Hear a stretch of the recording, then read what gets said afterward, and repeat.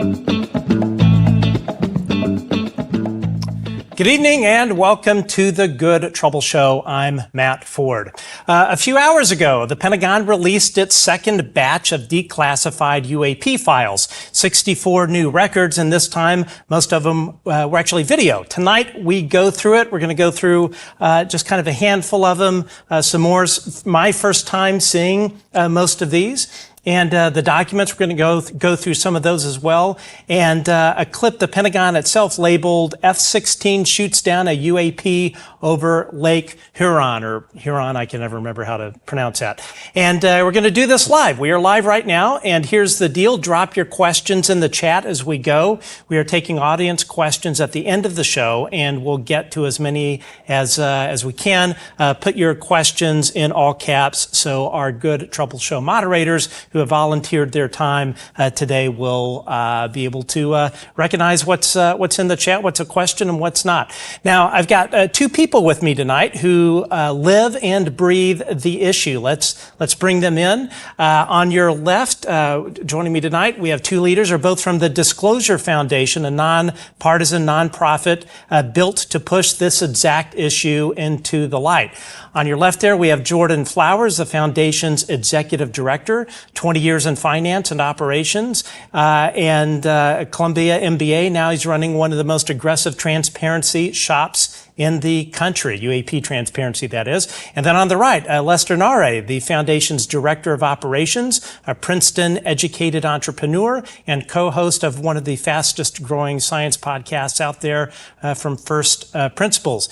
And here's why these two matter. 4 days ago, their organization forced the NSA to hand over 334 pages of formerly top secret records. And we're going to get to that. So Jordan and Lester, welcome to the show. You guys hear me okay?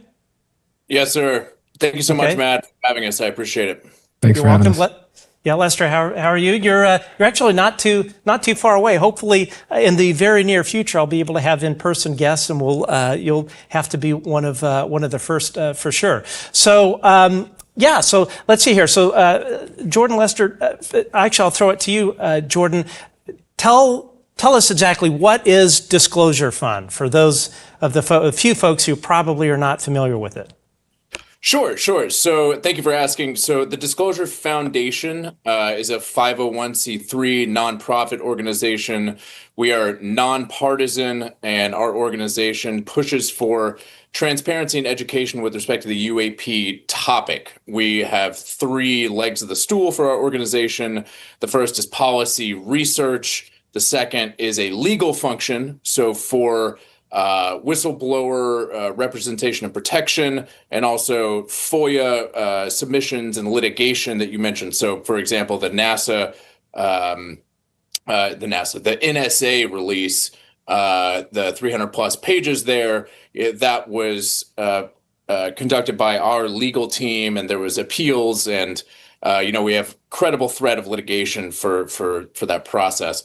And then the final is leg of that stool is education and advocacy for the topic. So we will go speak at universities. We will have meetings with Congress. We will talk at private clubs that are interested in this topic. So really, from the top down and the bottom up, we try to educate and advocate for this topic. Lester, so 4 days ago, as I mentioned, you guys forced the NSA to finally cough up 334 pages of these formerly top secret UMBRA records. Firstly, what is UMBRA, and how long did this whole process take? How did this come about? So, led by our chief legal officer, Hunt Willis, him and the legal team have been going after what was initially identified in the Yates memo, which came out quite a few decades ago. The underlying data that sort of described what was in the Yates memo had been published in part, but not in whole. And so part of the process here was to appeal to have that released in full. And, so the National Security Agency is one of our, most prominent intelligence agencies that focuses on, foreign signals intelligence, right? Spying on our foreign adversaries to understand, what they're doing. And I think one of the key aspects here is, as we've seen this issue become more prominent recently, there's always been the core story about this going back decades, and there's now sort of a continued exposure of the factual record that, our top sort of signals intelligence agency has been looking at how foreign adversaries have been thinking about and looking at and addressing this issue. So throughout the document, again, parts of it had been previously declassified, but not in full. We see different aspects, such as when they've sent fighters to do intercepts around these, descriptions of these encounters. And, as we continue to push for more clarity around this, ensuring that the historical record around this issue is well defined is important, because we're not going to end up being in a situation at this point where this is brought up as something that just started happening in 2017. Right. Yeah, that makes sense. Now, Jordan, the very first release, what was your reaction to it? Was it a nothing burger? And this is just speaking on your own personal opinion, not the official opinion of Disclosure Fund. Sure. My main takeaway there was that it is incredible that we have now the power of the presidency behind transparency for the UAP topic. There were 160 something records that were released. Were some of them available prior to that? Yes, some of them were available prior to that. And detractors love to focus on that fact. But many of the records were new. And I would suggest we focus on the records that were new. Many of them were newly declassified records and videos that the public hadn't seen before. But again, not to miss the forest for the trees in that first release. It is incredible that you have, this Pursue program, the presidential unsealing. I'm blanking on the acronym, but yeah, a presidential unsealing effort for the UAP topic, right? That is incredibly powerful. We have never had that before.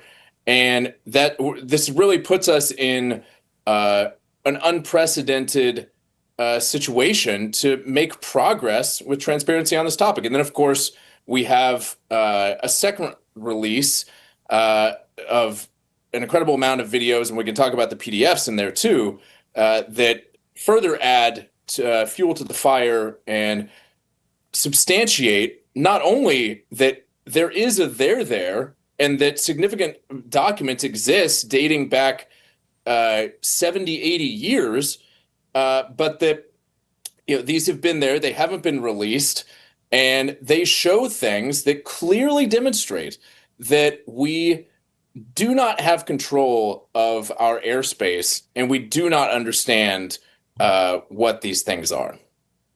Absolutely. And Lester, I'm curious, your perspective on this. It seems to me if there were, this whole thing was just a nothing burger, there's nothing to see here, it's all balloons and air trash and whatnot, why would we today still be, studying this stuff and the military still paying attention to it if we've been looking at it obviously for a very long time, going way back. It's like I would think that if there were nothing to this, all of these records and investigations that were done to this or done with this in back in the 50s, 60s, and certainly before, that would have been the end of it. And they would have determined, there's nothing to see here, and we wouldn't be looking at this stuff today because they would have figured it out. What do you think? Yeah, I think just piggybacking on what Jordan said, I think we have to recall, less than 2 to 3 years ago, one of the things that the public has been told about this issue is that there's nothing to see here. We're not in the UAP business. And, part of this release is that there's an about face on this idea that, the U.S. government has not been engaging in earnest on this issue for quite some time. And I think to your point, one of the largest line items in the U.S. government's budget is for our military and intelligence communities.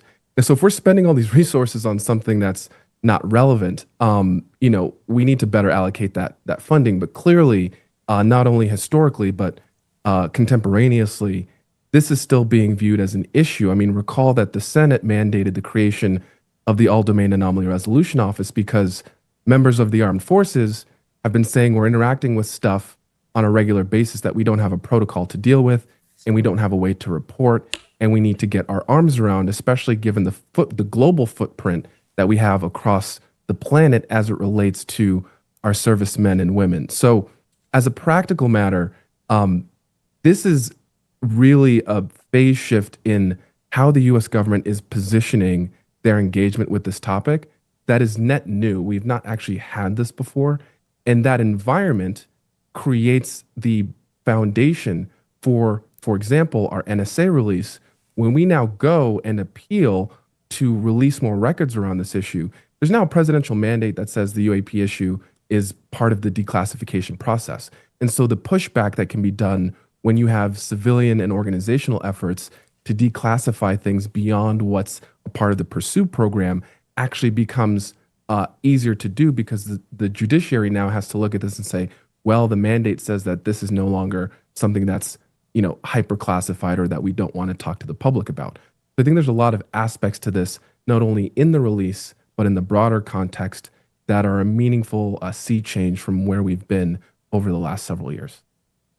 Got it. So now, Jordan, and of course, I was originally with what was UAP Disclosure Fund. My time there was short, but I very much enjoyed it as director of strategy. And I know firsthand from my time there is considerable work that Disclosure Foundation is doing on Capitol Hill. And I know when I was there, we were having meetings with members of Congress.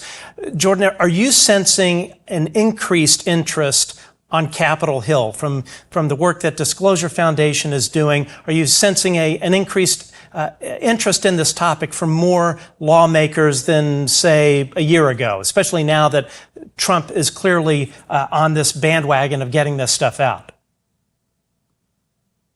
Absolutely. I think you see that in terms of the results that we're observing right now. Clearly, the task force on declassification of federal secrets has, or the transparency task force has been pushing hard on multiple fronts for that. But also, in some of these meetings recently that we've had with lawmakers, they've explicitly communicated this shift. And why have they done that? They have done that because they have recently been in briefings where they have seen profound incursions on our sensitive airspace and sensitive facilities in this country that undeniably present a problem for national security. And they do not know what these things are. We do not appear to be able to defend against them, and our sensitive assets are exposed. I think that is one of the core reasons why this is being elevated dramatically and at a much more rapid pace. We've seen, I believe it was Representative Burchett and perhaps also Representative Burleson comment on some of these briefings that they received, and I think Burchett mentioned that Steve Scalise was in one of these briefings and that people's jaws were on the floor when they showed the videos. And I actually think that putting a few of the pieces together, it appears that one of the briefings, I believe, was about this late 2025 incursion, that there are documents in release number 1 and release number 2. There are documents in each of these releases that relate to that single incursion that happened in late 2025, and we can talk about that in more detail later. But I think that it is the volume and frequency and brazenness of these incursions that have now been captured across with multi-sensor platforms that make this undeniable for anyone who has received these briefings. And that's why it's escalated from, maybe a top 10 priority, maybe not, to like a top 3 priority for this administration. Yeah. And are you hearing, Lester, that there is yet another tranche to come, a third one? I think we've clearly seen that the administration, at least at a minimum, sees for, whatever reason, a PR benefit around this. I mean, the first release, as stated by the Department of War, received 1 billion users, globally visiting in a effectively less than 2-week period. And so this is clearly something that they're going to dig in on.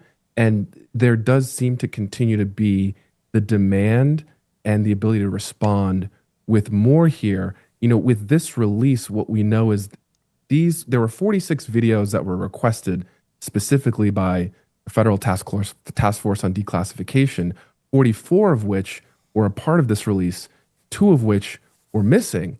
And there's several documents that are now ostensibly declassified that don't have accompanying video released alongside of it. So that creates a very easy on-ramp for follow-up releases to say, we already know these events now exist.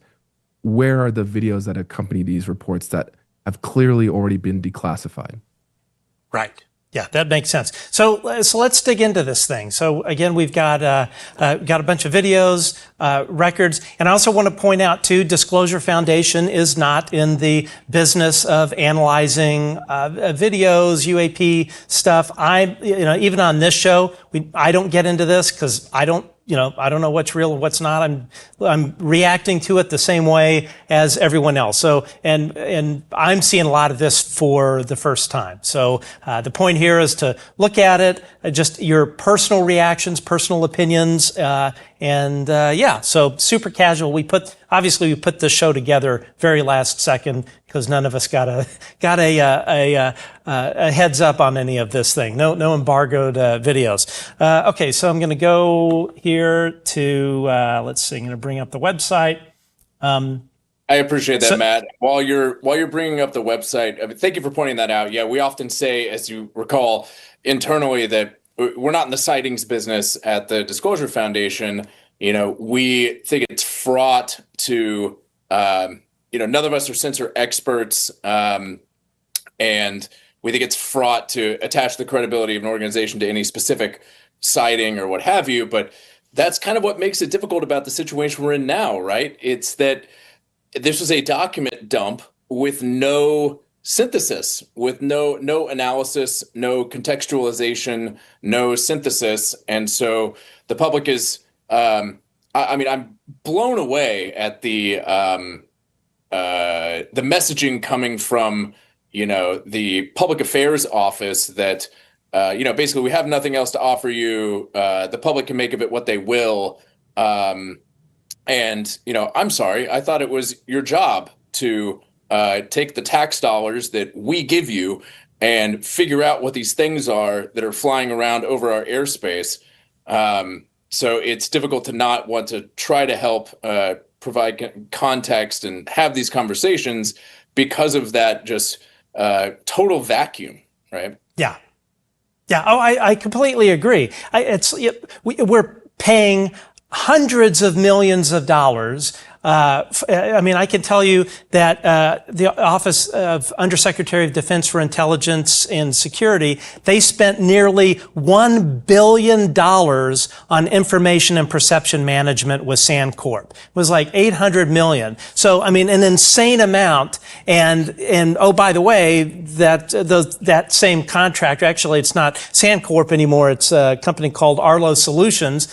So they're the ones running the shop at AARO. They are the contractor running the shop at AARO, and they are also the same company doing information and perception management, both under the same roof of OUSDINS. So I don't know. That's pretty fishy to me. And again, touching on what you just mentioned, Jordan, we're paying, tons upon tons of taxpayer dollars, and where is the AARO analysis? Where are the reports? The first historical report from AARO, a fifth grader could have done a better job writing that thing.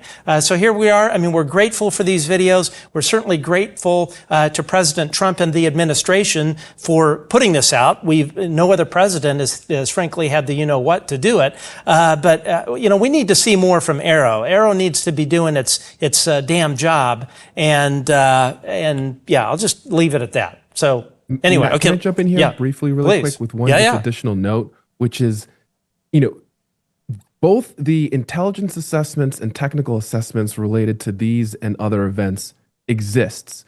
And so the lack of the sharing of those, you can maybe make the argument around the technical assessments, but we have national intelligence assessments on a variety of topics that are made available to the Congress and the public, which gives confidence levels and future-looking analysis on what is our best interpretation of what it is we're dealing with. And that is yet to be a part of the releases that we've seen so far, but it is there, especially given when you look at the historical documentation, you do begin to see some of that, and we saw in some of the PDF documents in this release, that some of that context is a part of the written documentation. It is not at a level where you can have independent scientific researchers begin to engage with it, but this is stuff that certainly exists but has yet to be shared with the public.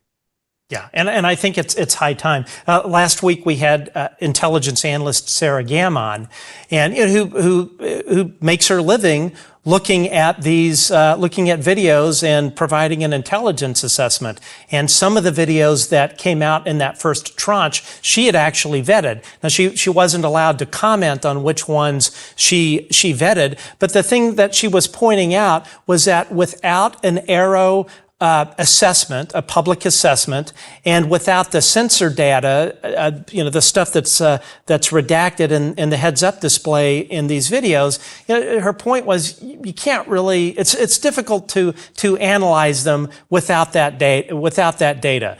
Obviously, the public isn't going to be able to see that data because it's classified. So that is all the more reason for AARO to provide a unclassified assessment of what we're looking at, in my opinion. So, okay, let's look at some stuff here. Okay, so again, I'm going to bring up this. So this is. I can't see the thing. Let's see. What is this? War.gov. So war.gov. You go to the UAP part, and I have to say, so it says here the Department of War just released the second tranche. First time I'd ever heard that word, by the way, of records under pursue. The first tranche should be a drinking game, although I don't drink. Was released on May 8th. Scroll down to view the second tranche released on May 22nd today. So, and Donald Trump, based on the tremendous interest shown, I will be directing the Secretary of War and other relevant departments and agencies to begin the process of identifying and releasing government files related to alien and extraterrestrial life. Interesting that he says that. Unidentified aerial phenomena, UAP, and unidentified flying objects, UFOs, and any and all other information connected to these highly complex but extremely interesting and important matters. God bless America. Okay, so I agree with everything he says here. Okay, so the thing that's cool, so you can go to the first release, look at stuff, but we're going to look here at the second release. You can download all of the documents, 70 megabytes. You can also download all of the videos, 5.6 gigabytes. But what AARO has done a good job of setting up, I must say, is this search engine. And Lester was kind of walking me through how some of this works. But you can come in here, you can type disk. And it'll just show you, what is related to that word disk, or I'll type in orb. Actually, interesting, orb doesn't come up. But over on the right here, you have the ability to filter. So, we can look at all types, look up at orb. I'm going to type in Kirkpatrick. No, he's busy making money at Oak Ridge. And here, what we're going to do now. USO is listed a few times in this release. Really? US, what is USO? Unidentified UAP? submerged objects. Oh, okay. All right. Well, let's start there. Okay, so anyways, yeah, you can type in a thing, filter by all types. So we're just going to look at videos right now. And yeah, here we go. So let's see. That's pretty crazy. So that's underwater. I didn't realize that. The first time I saw that, I thought that these were, I didn't see the USO part. I thought these are flying against clouds. So yeah, so I'm just going to let it play here, and guys, feel free to chime in. You know, I would say one thing just as a little table setting for some of these videos that I think is interesting. There's what I can only describe as a disclaimer on the description field in the each file has like a page and like a description field, and the videos have this disclaimer that says something to the effect of 8 members of Congress requested these videos on, I think it was like March 6th, 2026 or something like that. There's a date associated with it, and that then AARO went and found these documents on whatever servers these things were on. It's really interesting context, because it implies that you know, which there's been some discussion about on social media, and you know, where this list came from, et cetera, that it was members of Congress that had the list of these videos and provided it to AARO and said, we know these exist, go get them, as opposed to the other way around of AARO saying, hey, we've done our job, we've found these things, Congress, would you like to come take a look at them? I mean, that fact pattern in itself is interesting for the dynamic at play there of what is happening at AARO and what is Congress trying to get released. So anyway, I thought some of that context was interesting and helpful. I know it's not germane to this specific video, but thought it was worth pointing out to your audience here. I agree. You know what's really fascinating at the beginning of this video? The speed at which those things are moving. It's pretty insane. Lester, any thoughts? I don't really have much to add here. I think, you know, just in talking about, you know, I think one of the things that happens with these video releases is we've so far in this tranche, we have gotten a few like color full motion video as opposed to forward looking infrared or FLIR video. And for a lot of the general public, when we're looking at forward looking infrared, you know, people don't have a context to really understand what they're looking at. And so I think some of the ones in this batch from the FLIR that were, you know, put out on, you know, the ABC News launch earlier were some of the spherical and instantaneous movement stuff, which again continues to need further analysis to understand what's really going on here. But in this batch, we did see for the first time color and full motion video, which we see all the time when it comes to our current misadventures or adventures abroad, where within almost real time we will get color 4K from fighters, etc. So there is still a delta between, you know, what the capability set is and what could be released when it's in other categories of information versus as it relates to this subject. But I think one difference here is that we did see a few color videos for the first time. Agreed. Okay, so let's see here. We're going to type in apparently Lake Huron is of interest.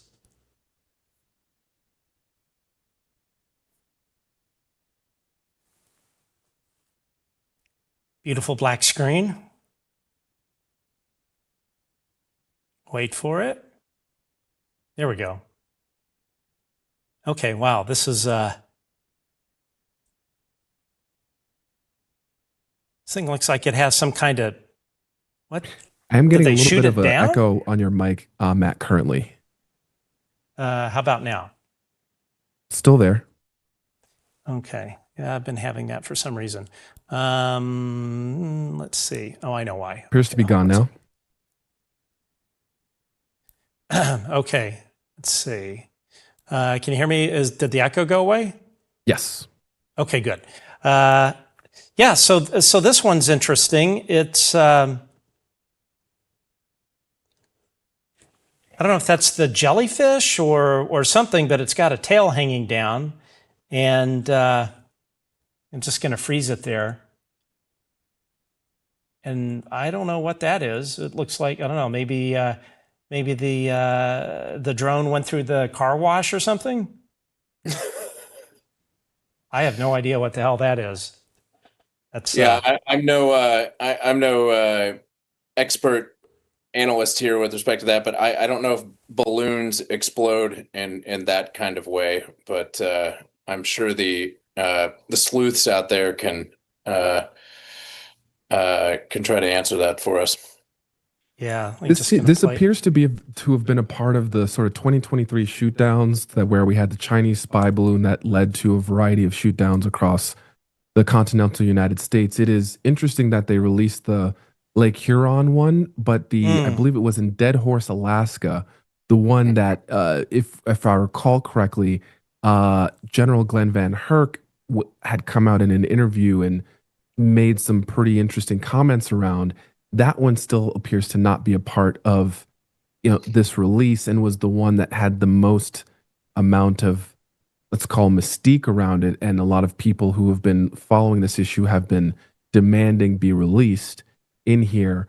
So I do believe that this is a part of that 2023 shootdown kind of era that we had for a brief period of time, where, for folks who might not remember, what initially started that whole process was, the initial Chinese spy balloon that was shot off the coast of, I believe it was South Carolina. Apparently, when we have all these tracking and radar systems, they are, these are military systems, so they're attuned to specific use cases, which are more related to identifying, foreign intelligence drones and other apparatus, fighters, etc. And they turned the filters off or down, and then all of a sudden started seeing all of this additional stuff that they had not previously seen.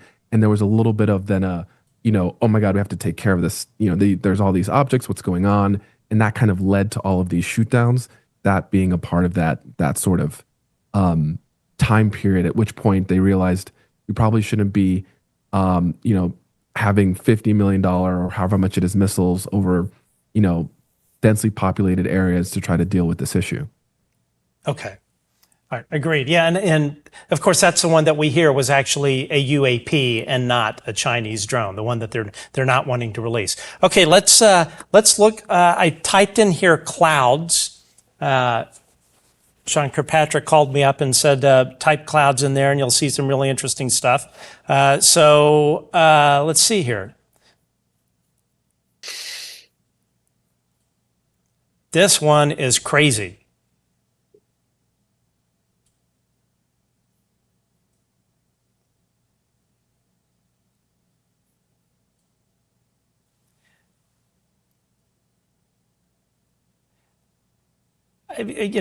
From what I can tell, this thing looks pretty damn big.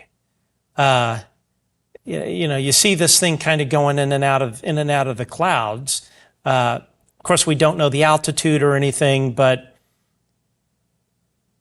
that is definitely not a balloon. It's definitely maneuvering. If we go back and you watch. I mean, that's a pretty significant change in direction, and seeing this thing go in and out of the clouds. Yeah, wow. One of the things that balloons don't make right-angle turns. I'm sorry, Lester. Go ahead, bud. No. So I think this, again, if you look at the broader context of commentary that's been made around this stuff, so one of the challenges with a lot of these is, when you don't have like a background context, it's hard to be able to gauge size and speed and all of these other factors. So that's one of the challenges here. But the sort of metallic spheres is something that, Dr. Sean Kirkpatrick, during his time as director of the All-Domain Anomaly Resolution Office, publicly stated that these are a morphology that we are consistently seeing, globally, and don't, or at least publicly don't have an explanation that they want to provide as to what they are or what they relate to. And so that was at least one of the quote unquote morphologies that at the time, for whatever reason, he was willing to say is sort of outside of the quote inventories of domestic or foreign, adversaries that we can kind of categorize easily. Right. Agreed. Okay, let's take a look at, let's see, do we know if the other two ones with clouds, was there anything useful there? I haven't looked at these. Let's take a look. This is a pretty clear video. I mean, the amount of detail. Wow, okay.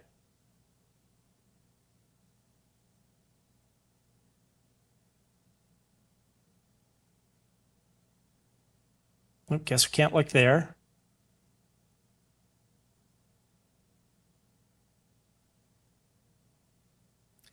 And the other thing that comes to mind too is if this were an aircraft or a bird, something that drone operators and pilots are used to seeing, they would not be spending their time filming something like this. If these guys, they're and women, these men and women, they're millions of dollars of training is invested into training these people to identify what is of interest. And a bird, a seagull, and most certainly air trash is not going to be of interest. And and clearly they are tracking this thing. It has drawn their attention. So that's a good one. Let's see, we'll go into, see what the third one is. Wonder if this is kind of the same area. And guys, feel free to jump in. Yeah, so I think another aspect of as the public tries to, again, these aren't structured, these are document dumps. And so the question is ultimately, what are we looking for here? And, as we sort of, I think, mentioned earlier, the 8-tip framework seems to be an entry point in terms of trying to be able to have some kind of standards of evidence around, identifying the possibility that there's, quote, anomalous technology happening. So, any of these FLIR videos or full motion video capture that encapsulate two or more of these, observables, are going to be the things of most interest. This covers stuff such as, quote unquote, anti-gravity lift, hypersonic velocity without signatures, which again is a technical description, which is why you want FLIR, because that's part of how you can tell those signatures are there. Transmedium travel, there's biological effects as another category. And so what really would be a category of something that would require, or particularly for the scientific community, get them more engaged is, are we actually seeing something that cannot just be pointed to as being any of the continued prosaic explanations that we see normally, which is birds, balloons, natural phenomena, and a couple of dynamics that would move the conversation into this has real potential to be, quote, anomalous technology, would be things that encapsulate, two or more of these observables as sort of defined by the Advanced Aerospace Threat Identification Program, or OSAP, the Advanced Aerospace Weapons Systems Applications Program, as again a means to distinguish between what we would call as mundane and not interesting versus interesting. And so currently there clearly seems to be a position that we're not going to make that distinction in these releases. And I think moving forward, part of the challenge here is, I sort of say, we sort of have the Tarantino Nolan problem, which is we've already gotten the end of the movie first. Post the Grush hearings in 2023, the public has been identified as what the core most sensational allegation is, that there are technological objects of non-human origin, both that are near Earth in atmosphere and also have physical material captured by the U.S. government. This part of the conversation has been mostly absent from the current conversation because that's the conclusion has already been defined, at the beginning of this process. Much of the public demand is basically trying to fast forward to the end of the movie and say, okay, well, we already know what the end of the movie is and where is that stuff. And so there's a sort of a gap between what the expectation that's been set about what the U.S. government has and these initial tranches that, again, are, in some cases, some have what appear to be maybe 2 or more of these observables that would put it in the category of anomalous technology, but they're not limiting it to that. And a variety of people are trying to then, make a characterization about there's muddying of the waters that's happening here between mixing mundane with the non-mundane as a means to kind of obfuscate what's happening here. Right. Yeah, I totally agree. So interesting, I got a message from a whistleblower who said, so I guess AARO doesn't feel like analyzing anything or producing the reports that are late. Apparently nothing. Volume 2 is almost 2 years late. And no 2025 annual report, just giving the middle finger to Congress. And it certainly seems to be the case. It's like, what the hell are they doing? Yeah, there was messaging out of the Public Affairs Office recently, I think today, that said something to the effect of, the AARO's trying to complete its statutory obligations by releasing these videos. And, of course, the deep irony there is that if they actually cared about completing their statutory obligations, they would have turned in their homework on time. And not be in violation of law by not having completed that homework, and perhaps would not have had the ball taken from them by the executive branch to advance down the field here. So it's a little bit rich to get some of those to accept some of those comments from today coming out of the Public Affairs Office. Yeah, the bullshit office. Okay, so we're going to take a break from doing some videos and actually look at a couple of the PDFs. And Jordan, you brought this one up that I'm going to bring up here. That is interesting. And let's see, I'm going to zoom it in here. Let's see, maybe not. Let's see. Oh, let's see. We clearly are not well rehearsed here. Here we go. Okay. Now, what out of this, let's see, I'll just read it here. Late 2025 during evening hours, I, a senior U.S. intelligence officer, along with colleague and 2 pilots, departed Joint Operations Center, and a helicopter mission was to investigate loud thuds heard in the mountains on the test range, which coincided with UAP phenomena, UAP sightings reported over the previous several nights. We aimed to remote search mountain areas for possible debris or objects that might explain the orb-like sightings. After leaving JOC, we flew low altitude map of the Earth route through the mountain range for several hours. Multiple times we spotted debris on the ground and descended for closer inspection. Each time we determined it was remnants from rockets and other projectiles that had crashed during years of weapons testing. As we continued searching the areas of reported orb activity, we discovered a large cave entrance with no visible end in sight. I don't know, it sounds like Land of the Lost, maybe Chaka's in there. The terrain around the entrance offered no safe landing spot, so I instructed the pilot to orbit it several times for observation. We noted the location and pressed on. Running low on fuel, we headed to a prearranged rendezvous point to meet a ground team, excuse me, and let my colleague disembark. The 2 pilots and I then proceeded to a pre-positioned tanker on the range for refueling. Our plan was to return to base afterwards, but the JLC raider radioed with the request to search a nearby mountain for debris spotted by one of the ground teams. By this time, the sun had set and the pilot switched to FLIR and MVGs while I continued using the unaided naked eye. After a brief search of the mountain yielded no findings, the pilots began navigating back to JLC to end the mission. I then received a message from JLC. Radar had detected hits several miles uprange from our position, the same area where UAP activity had been observed on prior nights. I relayed this to the pilots and we altered course to intercept. What followed was a series of close UAP encounters lasting over an hour. En route, ground teams reported spotting UAP on FLIR, describing it as super hot, low to the ground, and moving east, then south at high speed. The object then split into two and changed direction. Again, a balloon's not going to do that. Upon arrival, we scanned the area using NVG and FLIR and the naked eye. The ground team suddenly radioed that the object had risen from the ground, approached within 10 feet of the helicopter, dropped below us, then sped away. The pilot observed through NVGs and saw it split into two as a smaller object emerged before it accelerated out of sight. We briefly pursued but broke off and unable to match its speed. In helicopter, probably goes around 150 knots, maybe 200.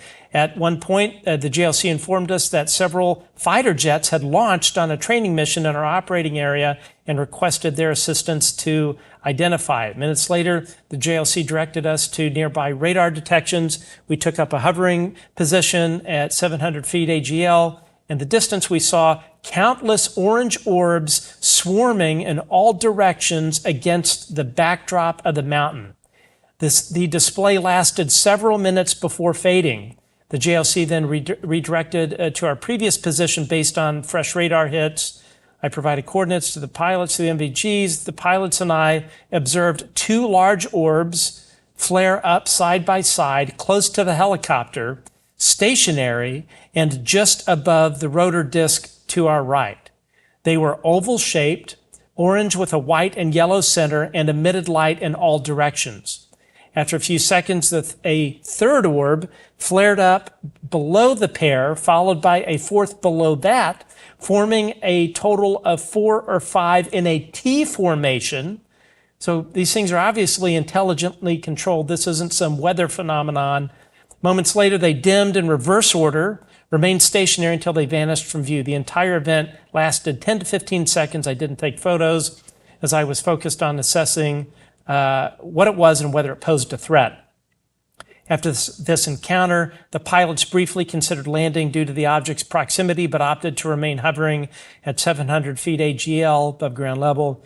We then spotted fighter jets entering the visual range at about 2,300 feet AGL, identifiable by their blinking nav lights.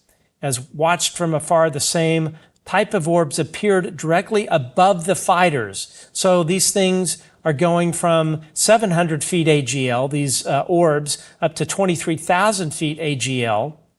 They flared up one at a time in a horizontal formation, matching the jet's speed and flight path. So at a minimum, those jets are going probably 250 knots. They flared up one at a time in a horizontal formation. After 10 to 15 seconds, they dimmed sequentially and disappeared. This repeated several times as the jets transited the airspace and eventually landed.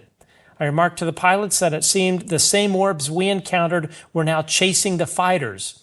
We also observed orange orbs flaring up and down us for several minutes. Low on fuel, we decided to return to the JLC after landing. I briefly spoke with them, mostly to express thanks. We were virtually speechless after these observations. I then entered the JLC for a quick debrief driving home. I mean, holy shit. Wow. Yeah, so what do we... Okay, again, context setting. Representative Burleson was on Twitter today saying that this document that you're pointing out is unequivocally the most important document released today. Now, why is that? We note the date. This is late 2025. If you go on the system and search for this particular filing, you'll see that it's also linked to some of the documents from the first release that are marked, looks like this, it's all blacked out, and it says secret, no foreign on it, right? So these two documents reference the same event. Why would Eric Burleson be saying that this is the most important document in there? And by the way, there's other folks that have pointed out how important this is. I believe Dan Warren, who makes great content, has pointed this out. I believe Jeremy Corbell and others that do great work have pointed out this specific incident. Why does Eric Burleson think that? Reading the tea leaves for me, it's that this event is one of the briefings, is one of the incursions which required congressional briefings about. And in those congressional briefings, members of Congress saw the videos and the multi-sensor platforms that were associated with this incursion. Now, what's interesting is that there aren't any videos posted from for this event in late 2025, but there's multiple pieces of writing that substantiate it. So that you're left with the question: why are none of the videos associated with this event part of the public release yet?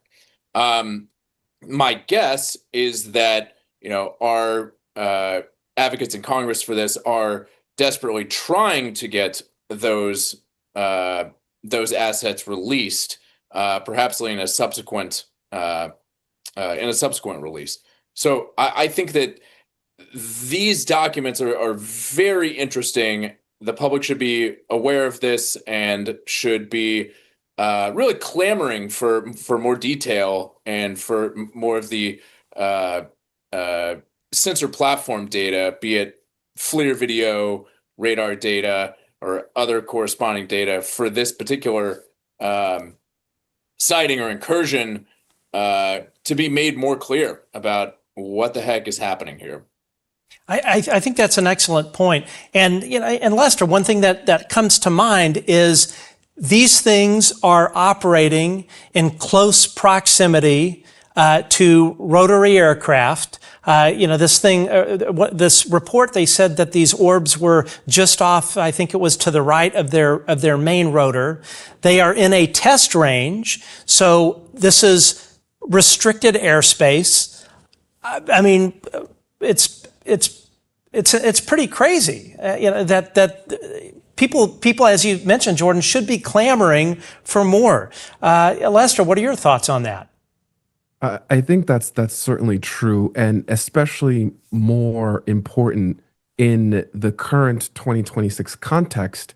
And Jordan, you've mentioned this in the last 2 weeks as well, as you've been talking about this issue, because if these things are continuing to occur now, these are now wartime incursions that are occurring, and so ostensibly the stakes are extremely high, especially given the economic impacts that we're seeing, as well as the stakes around access to nuclear material and uranium enrichment and all of these things.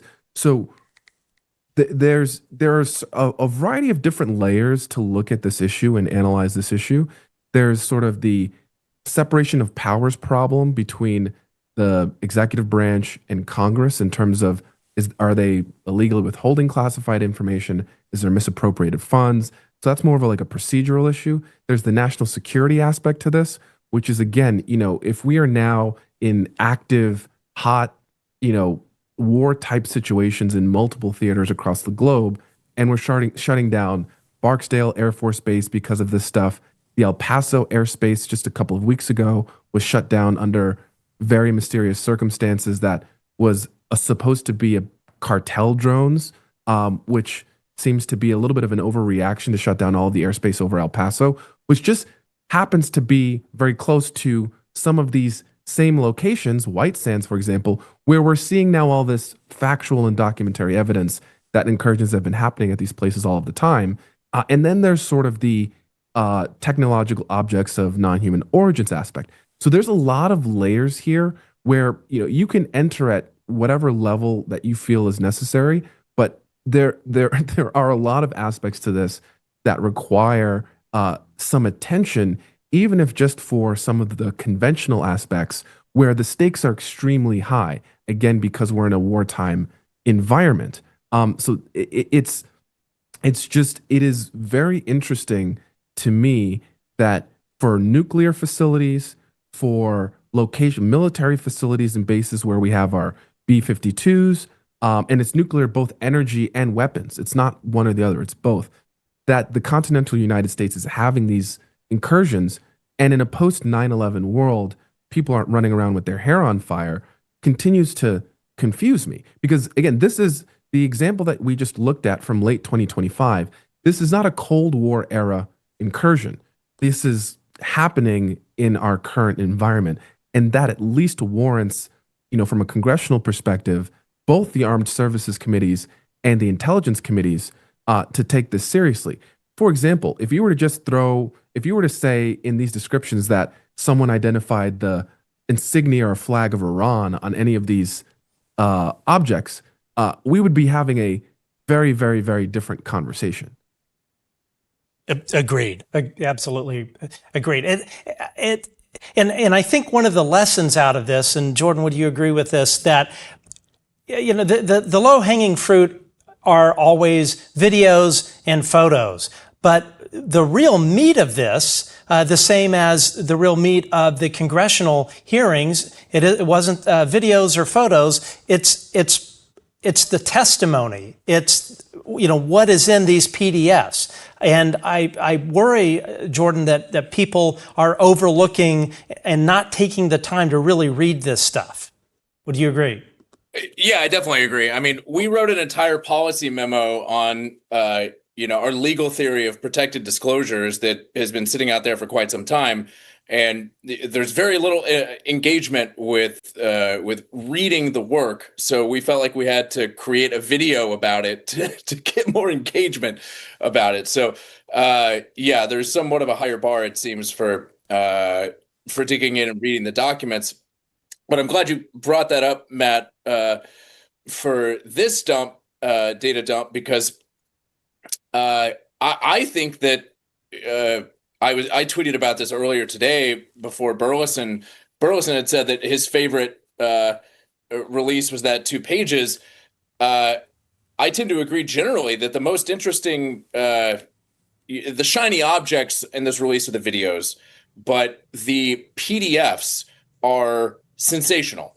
So in addition to that 2-page testimonial from a senior intelligence officer, there's also I think 120 page PDF that we may want to show here, which I really hope that your audience will engage with. So what does this PDF show? Well, this is a document from, I believe it's the Air Force Office of Special Investigations, that there's a few interesting. It has 30 pages. There's a literal database included in this 116-page PDF. 30 pages of it are a literal database. Another portion of it describes how in 1949 the volume and frequency of these incursions of what they were seeing required them to have 2 separate secret meetings with the AFOSI, the Air Force Office of Special Investigations, the FBI, the Atomic Energy Commission, the precursor to the Department of Energy. And they had secret meetings in 1949 with those entities to discuss what they described as the, quote, green fireball phenomenon. So they had seen green glowing orbs, what we now think of as, sort of the orb phenomena or the plasma orb phenomenon. They had seen that in spades, and it's talked about in that other document from 2025. They're still seeing orbs out there. They were described as yellow and orange in that document. So maybe they've, changed clothes, changed colors, but still generally the same phenomenon. And these, in that 116-page document, I think had markings on it that indicated that it was only declassified as of May, like recently, like May 13th, 2026 or something like that. So these are documents that have never seen the light of day before, as far as I'm aware. But I'm sure there'll be people that point out if I'm wrong there. And that these secret meetings have been happening since the 40s. I mean, do you think that there aren't any other documents like this from 1949, like up until now, that haven't been released about meetings to discuss these strange phenomena that they can't make sense of? I would wager that there's lots of them that have yet to be made public. So I would encourage your audience, the public generally, to engage with some of those PDFs as well. They're really surprising in terms of the content, and they just belie an entirely different set of facts than what we have been led to believe about this topic. Yeah, for sure. And Lester, you mentioned the El Paso thing. Folks, and especially any staffers or lawmakers that are watching this thing, you can absolutely take this to the bank. What occurred in El Paso is whatever story the DOD or the executive branch is telling you about what happened over El Paso is not what happened.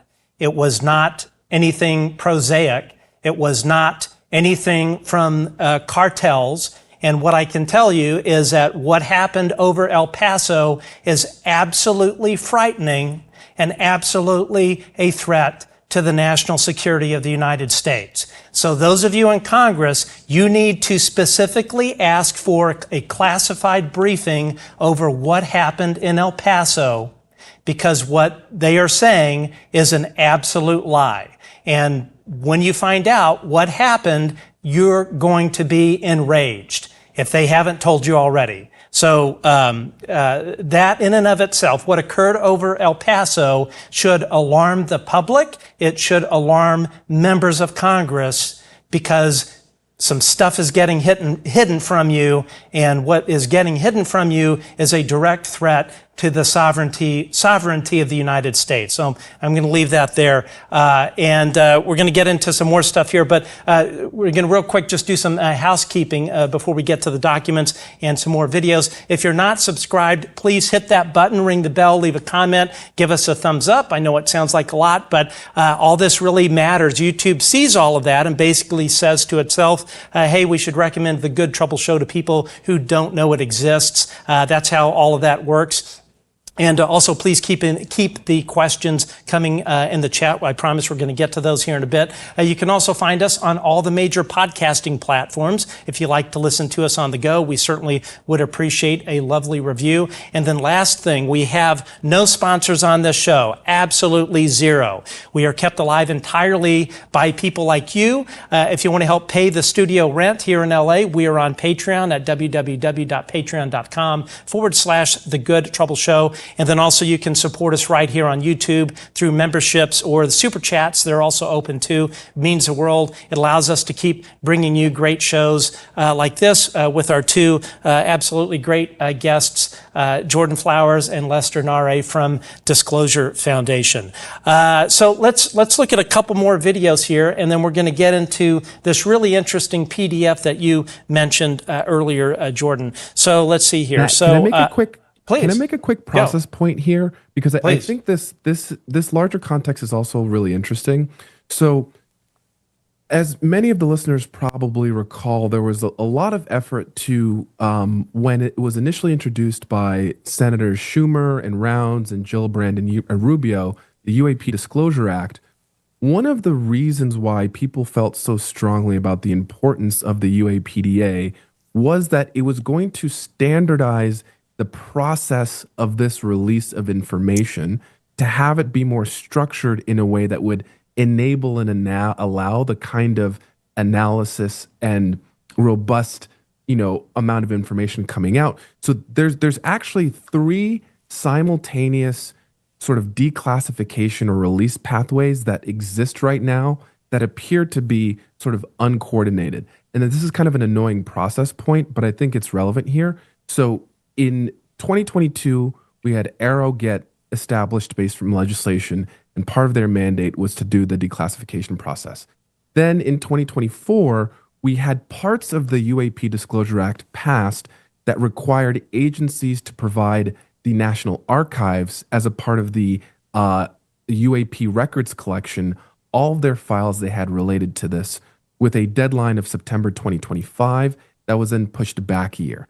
And then the third sort of pathway now we have is this new Pursue program being run out of the Executive Office of the President.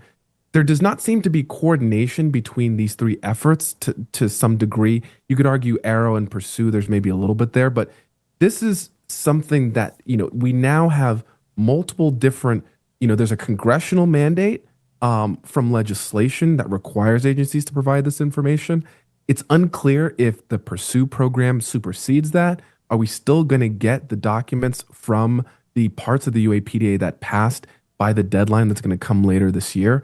And this was a circumstance that folks who were advocates for the UAPDA were trying to avoid, because now there is basically duplicate efforts happening without really a clear structure or mandate for what to come out, which now gives whoever is in charge the ability to dictate whatever they want to do with it. So it's a process point, and I know people's eyes might glaze over, but I think this is why some of the process matters, because if we're saying, okay, we want something differently, this is exactly why we wanted the UAPDA in the first place, to avoid this situation that we are now sitting in today. Yeah, and clearly there were some forces behind the scenes at play to make sure that the UAP Disclosure Act did not make it into law. The full part of it. And I think, Lester, it's really great point. And excuse me. And I'm sure that was probably one of the reasons that they derailed the thing, was to make sure that they didn't have this accountability. Okay, let's jump into another video here. One point there. Yep, please. Yeah. Another reason why that's such a great point is that just because, just to put a fine point on this, just because some documents have been released by executive order through this Pursue program, what have you, doesn't change the law. And Exactly. The law says that AARO needs to put out a report, and it needs to, the historical report, it needs to put out its annual report. There is work to be done there that is written in the law, it is written in statute, and it doesn't change regardless of what is released through this Pursue program. It does not change the law and the obligations there. So I continue to hope that AARO will do its job and meet its statutory obligations and not just talk about it. I want to add on top of that, Jordan, that's correct. And that AARO obligation is independent from the National Archives obligation that's directly to agencies, right? So they are both true, and they are both in the law currently. And so it will be interesting to see again how this gets deconflicted or unified or not. But as it stands, both agencies that are not AARO and AARO have these obligations that have already been established. Well said. Basically, AARO, do your damn job. Okay, let's see here. So we're going to look at some spheres. Of note here to look at the second one. So we're going to click on that.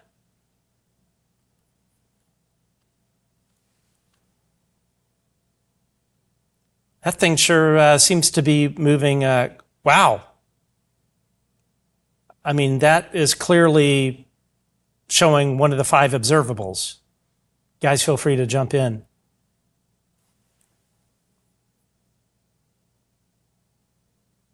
I keep pointing out that I'm not qualified to, make an assessment on these things, but I think it's an opportunity to point out that I've really enjoyed, Marek von Rennenkampf's work on this. Like, he is someone who brings a legitimate skill set to the table in terms of analyzing these videos, being able to differentiate, to both make a logical argument based on data and to be able to differentiate prosaic things from truly anomalous things. I'm very grateful for he's a true warrior for disclosure and transparency, and seems to have a tireless efforts in engaging online with the people that he engages with to make his points. So more power to him. So we don't, we can turn the volume down on the voices who would say that, oh, this is clearly a seagull, right? Right. Yeah, agreed. Okay, let's look at another one here. I think this is fourth one. And I think another aspect of this whole process that's interesting is, the scientific community, right? Which is a group that is poised to be very valuable in this process. Part of the challenge is the largest funder of fundamental research in the United States is the US government. There is currently not grant funding allocated in any substantive way for UAP research. And these research institutions and universities are looking at these data dumps and saying there is not yet enough substantive evidence to give us the incentive to move in creating and addressing this issue without the existence of that grant funding ecosystem. And so there's been a little bit of either reticence or hesitation, which is changing slowly over time as we've now seen more of these come out because of that twofold problem. One, the grant funding isn't there, and funding for science research has been under threat, in this and past administrations. And so a lot of these research institutions are fighting over smaller and smaller amounts of funds that are being allocated to other areas. And the evidentiary basis that currently exists is not sufficient for them to do it without that monetary incentive. And so this is kind of the rock and the hard place that I think a lot of scientists and researchers are stuck in. And then because of that, they don't necessarily spend the time looking at some of the documents we've talked about because they just feel like, look, I have limited budget and limited time, and I have to spend it where it's most useful. But I think one of the aspects of this is going to be raising that evidentiary bar that then creates the incentive for the science community to actually engage with this. And then once that's there, also providing the grant funding accordingly so we can expand the scope of the groups of people that are doing this beyond just the sort of military industrial complex architecture. And this is totally independent of the fact that there's a deep side of this issue within the defense contractor space, the federally funded research center space that is sort of kind of a black box that's going to be difficult to crack open. And so there are a lot of dynamics here which are now changing because of this environment that's being driven by more and more of these videos and tranches being released. Okay, I want to, because I know Jordan, your time's limited here. Let's just quick look at this video, and so this yet another one that is pretty bizarre. Looks like some kind of spherical object, and I don't know if the kind of sort of star flaring or something is a sensor artifact, or but yeah, this one's. Yeah, it's pretty crazy. Even the description on that one, I believe, says like pulsing or pulsating light, and so clearly, I don't think it's just a sensor artifact. I think that was you're right. Demonstrated phenomenology from this thing. Yeah, AARO assesses, whose uploader defined title is "Spherical UAP Pulsing Over Water."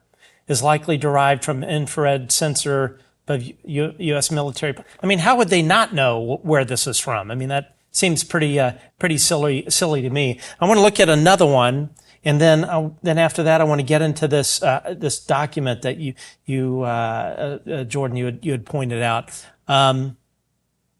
So this one.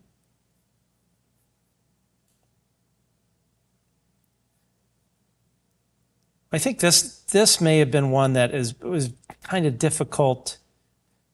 Yeah, you can kind of let's see if I can stop it in time.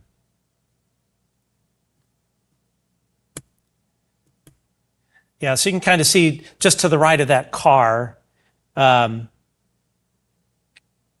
flying by. I mean, it's seeing if there was any more to it. I think they just slowed it down. There you go. Now you can see the slow motion version of whatever this thing is that appears to be cylinder shape. So let's jump into this, because this was a really extensive PDF, and this is something that you really thought was definitely worth taking time to look at. So first off, Jordan, what is this document? So this is from Sandia Labs. Yeah, that's right. So this appears to be a bunch of letters, memos, reports, and database related to Sandia Base, now Sandia Labs, and yeah, there's the reference to Sandia Base there. Classified documents. If you scroll through, there's a little sort of rectangular declassification box with a date in it that says, I believe, May 13 or something, 2026. What I thought was, there's a lot of juicy stuff in this document. This, what you're on right now, I think is especially interesting. A few paragraphs here, or is it this one? I thought it was pages like 19 and oh yeah, let me get to that one. Or something like that of the PDF. But there This are one? That's 19 there. I think the. Can you go back to?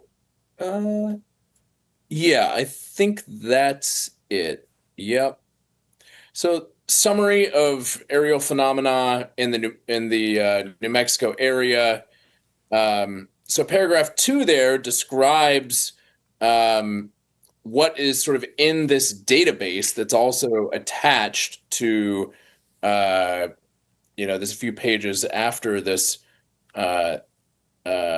this executive summary here. So paragraph 2 is interesting. I thought that paragraph 4 was interesting. If you scroll down to the next page, that might be worth reading. So here it says on 17 February 49 and again on 14 October 49, conferences were held at Los Alamos, New Mexico, to discuss, quote, green fireball phenomena. Representatives of the following organizations were there. It's included University of New Mexico, the FBI, the Atomic Energy Commission, University of California, U.S. Air Force Scientific Advisory Board, significant amount of military and intelligence organizations and academic organizations as well. It generally concluded that the phenomena existed and they should be studied scientifically until these occurrences have been satisfactorily explained. Further, that the continued occurrence of unexplained phenomena of this nature in the vicinity of sensitive installations is cause for concern. Right?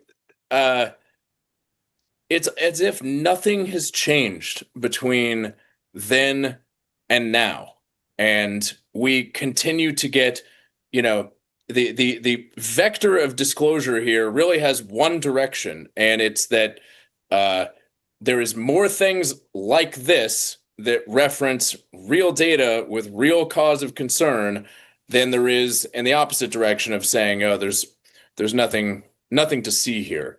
I would just say, as a quick aside, I was on an interview recently for a large network.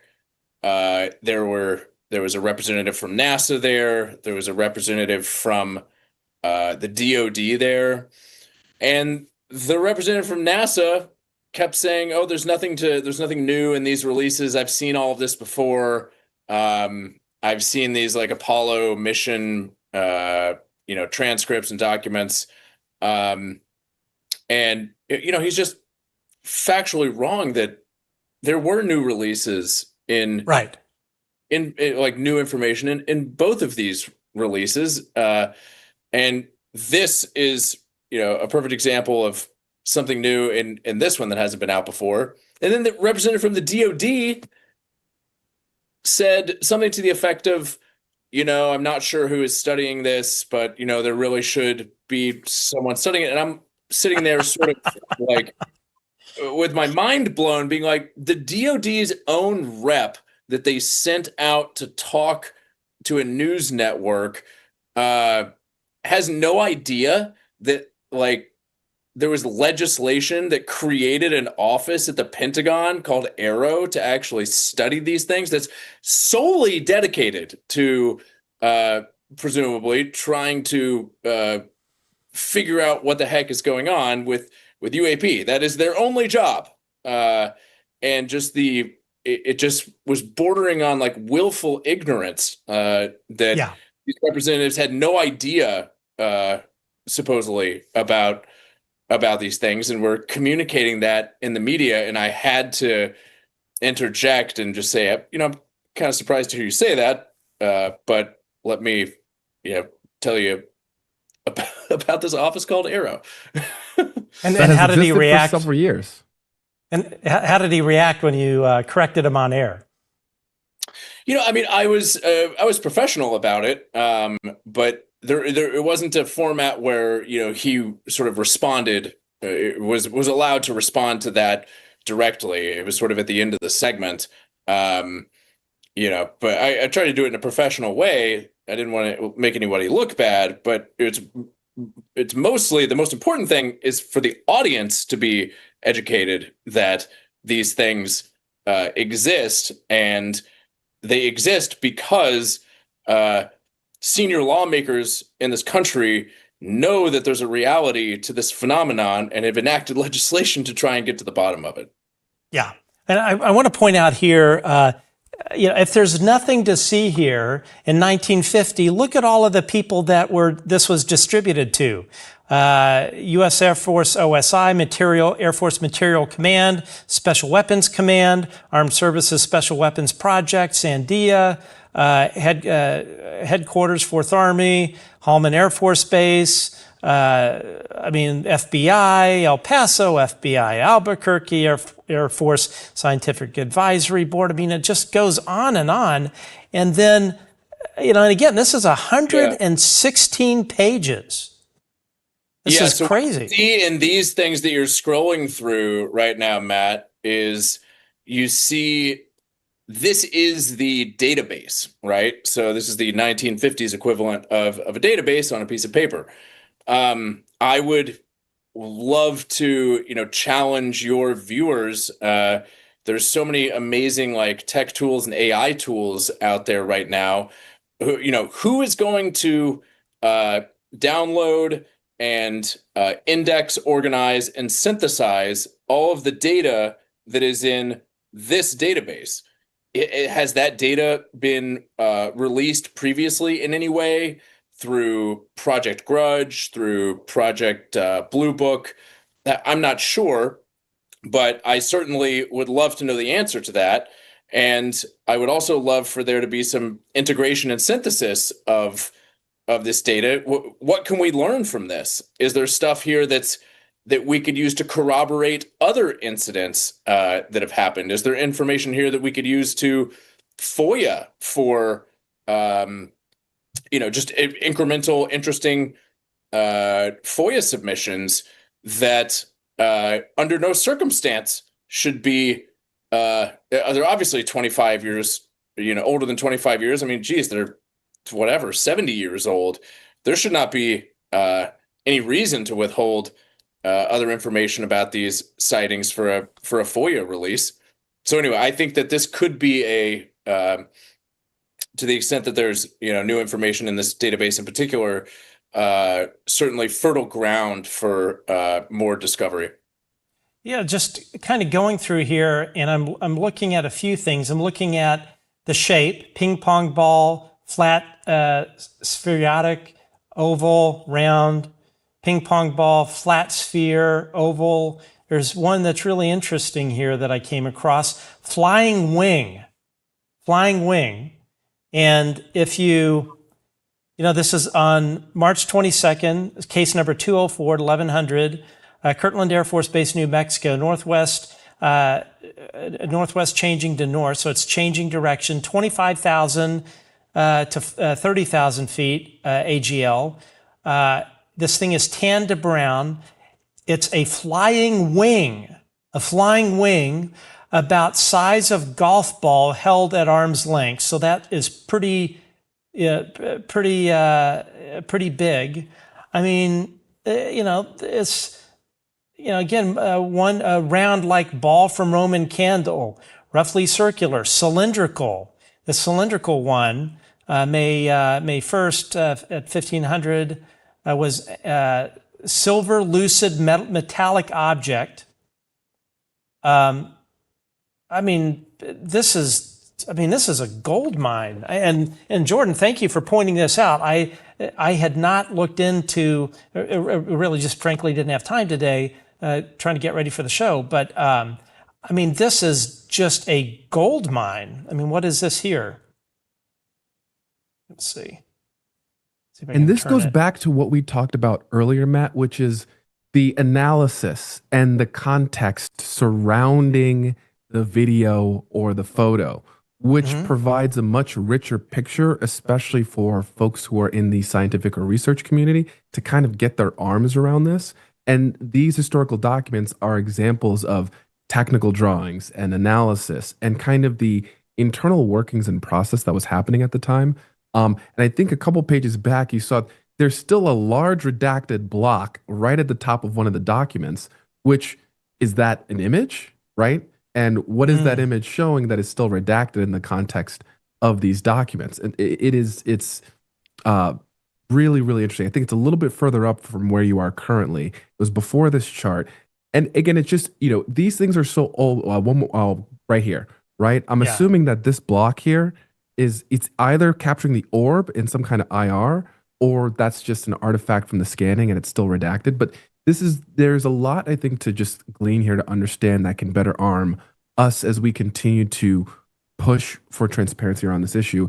And I think one just small detail kind of push out there is and this is something I think I saw someone mention in the chat, I am very surprised, maybe they've tried and he's declined, that no one has had Dr. John Kozlowski, who is the current director of the All-Domain Anomaly Resolution Office, come and provide an explanation, context, perspective, comment, or anything as it relates to what is his mandate and his purview, now getting 1 billion views plus globally.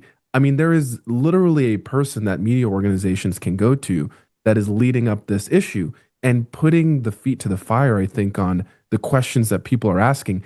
He's actually someone in a position to be able to either expand on what's already public or give actual information that many people outside of the government can't provide as it relates to this specific issue. I want to point something out here that I just found.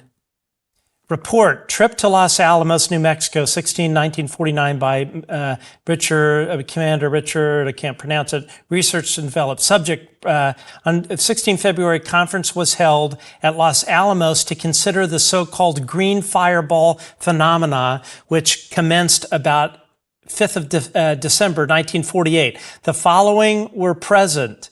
Holloway, who I think was I've seen that name before, but right here, Edward Teller, the father of the hydrogen bomb, is at this meeting. So the guy that developed our thermonuclear device, invented the thermonuclear warhead, is in this meeting. I think Hoyt was somebody in the Air Force, but the father of the atomic bomb. Eagle-eyed people on social media that also quickly saw that reference as well. Matt, yeah, I think you're honing in on the right things, there are Edward Teller his name seems to pop up frequently in this, and he had a relationship with other people involved in the UAP topic who are still alive. Yeah. I mean, I'm going to go, when I get home tonight, I'm going to look at all of this. I can't, let's see, this one I can flip around. These are different. Oh, so I'm guessing this is in relation to the base or something. Moving oblong fire body, fixed flash, moving fireball, moving oblong fire body. If you zoom out of that one, it's actually kind of a pretty picture. It's saying, here's the angle at which I first saw the thing. Here's what it looked like. And here's how it like changed in color and morphology as it went across the sky and at different angles. Wow. Okay. Yeah. This is an absolute treasure trove. So let's get to some audience questions here. I know, Jordan, you've got little ones to take care of. So this is from Rick Bowen. A question: how likely is it that agencies are purposely faking UAP videos and mixing it in with genuine, unexplainable UAP videos just to muddy the waters? Lester, what do you think? I don't know that there's necessarily even a need to generate a fake per se. There's likely the case that there's mundane ones that any number of reasons. There's an active disinformation to put it out there to muddy the waters. They have other responsibilities and they don't really care about this issue. So they just pick something from the pile and send it out to like meet the mandate. So I think there's a number of options here.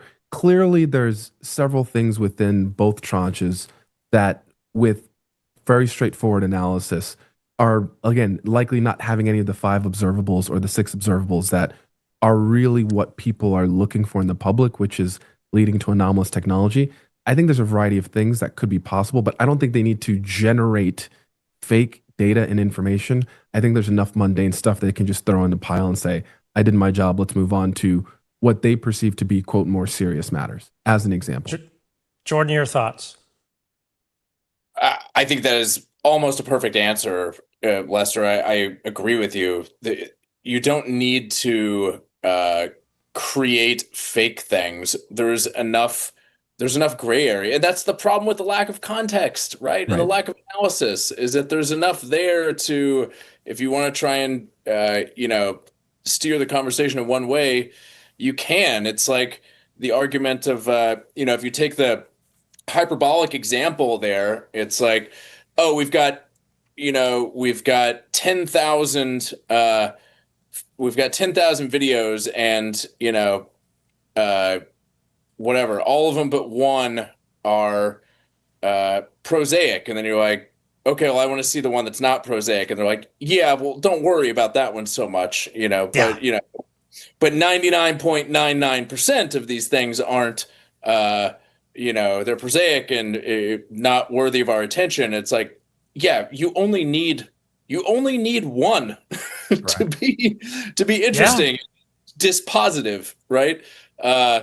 Just from a first principles thinking perspective, this isn't a, we need 70% of the things to be, earth shattering. There's some cognitive biases happening here with respect to how this is managed. So, that's my perspective, but it's just adding on to, I think, what is an excellent point from Lester. Absolutely. Okay, from C. Kenzo, should we be concerned that Aaron Lucas has replaced Tulsi? Either of you have any perspective on that? I don't have any real background. I think there's been a lot of chatter in both directions. So it's happened. There's a lot that's happened over the course of the day. I think more information will come out. And obviously the proof is going to be in the pudding. I don't have any personal reference point to provide any value to that question. Yeah, I've heard a lot of negative things on social media, but in private, I've heard a lot of positive things about what this person's intentions could be. I don't know this person. I don't have a relationship with them. It is somewhat painful that Tulsi resigned because she seemed to be a true advocate for this. So I think I'm cautiously optimistic, but of course, I think the proof is going to be in the pudding for what we see coming out of Odie and I from here out. Yeah. One thing I was told is that Aaron watches this show. So, and he does pay attention to what we say, as well as deliberation time. So, I'm going to give this guy the benefit of the doubt. I'd been told some negative things, but I'm going to let that go and hope that maybe that was some bad information. So, Aaron, here is your opportunity to right this wrong, bring transparency, and get control of this quote unquote deep state sort of effort that's been going on for over 80 years. So, Aaron, it's time to step up to the plate. Tulsi, sorry to see you go, but Aaron, you're in the driver's seat. Do your job. Okay, UAP Leo, Matt, if the Pursue site is hitting 1 billion views, will this pressure Congress to audit the Department of Energy files that were notably missing from the second batch? I certainly hope so. What I can tell you is that stuff was specifically squirreled away in the Department of Energy because the classification mechanisms are so opaque and buried, that was the reason that a lot of stuff is stuffed into DOE because Congress doesn't have access to it, and this kind of archaic classification infrastructure that they picked up from the Manhattan Project serves a very specific purpose to keep this stuff buried deep. So I personally don't think that anything is going to come out of DOE. It was put there by design. I will just note briefly, Matt, there are 3 documents from Release 2 that are from the DOE. 2 of them are like letters and mundane things that are not quite related to the scope of work that the Department of Energy is really exposed to. And then there was the enhanced Pantax imagery, which again had something very nondescript. And again, given the mandate of something like the Department of Energy, alongside the National Reconnaissance Office, the National Geospatial Intelligence Agency, which have the best instruments and the best tools, seem to be the least represented in the releases so far. And so when people say, the good stuff, the places with the good stuff are suspiciously quiet as it relates to what's come out so far. Excellent point. And I'll have to take a look at that. Okay, Curious George 7515, thank you to our guests. I found them to be very informed and intelligent. And, folks, go to, what is it, disclosurefoundation.org? What is the website? Just disclosure.org. Thank you. Yeah, go ahead. Yeah, just literally disclosure.org. We have a bunch of our work up there. You can catch up to everything we're doing. I mean, there's really work to do to continue to, bridge the gap between what the public understanding of where we are is and, the way the media and the current media channels kind of characterize this issue. And this is where, we have a lot of work that's coming up. One of the big things that we're looking forward to is our disclosure forum on June 25th in the Kennedy Caucus Room in the Senate, the Russell Senate Office Building. I mean, this is going to be, in terms of inside Congress, actually inside Congress, not just in Washington, D.C. We have senators, we have members of the House. It's going to be an all-day panel in what is a historic location for, historical, situations where we talk about, whether it's Watergate, whether it's the 9/11 hearings, there is a real gravitas to the location in the history of really pushing for clarity around historical issues we've had around the subject of transparency.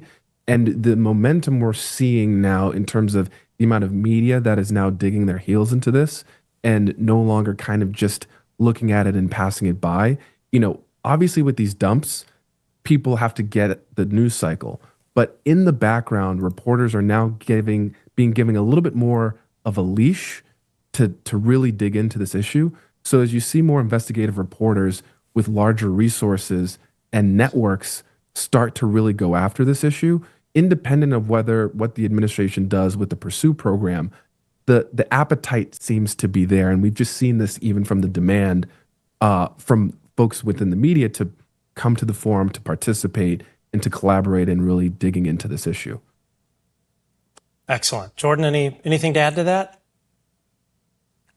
We're really excited about this forum, and I think one thing that might be additive there is, what is the purpose of this? What's the purpose of the forum?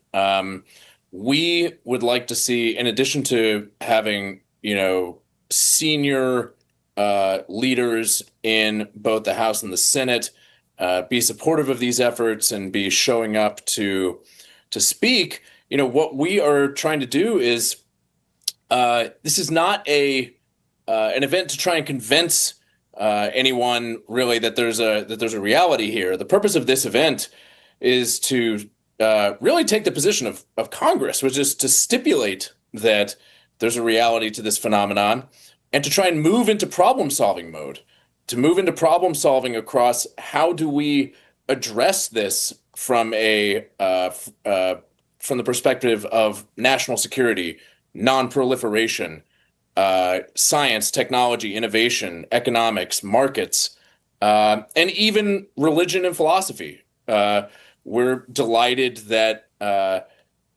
Professor of Religion at Yale, Carlos Ayer, has committed to come speak with us about his work and his perspective on how societies have coped and evolved when they've come into contact with, quote, the impossible. Carlos Ayer and Dr. Jeffrey Kripal have a wonderful corpus of work on that subject. So just to give a flavor of, what we're trying to do here and how we're trying to make it a little bit different, I'm delighted to say that, this event is free and open to the public. And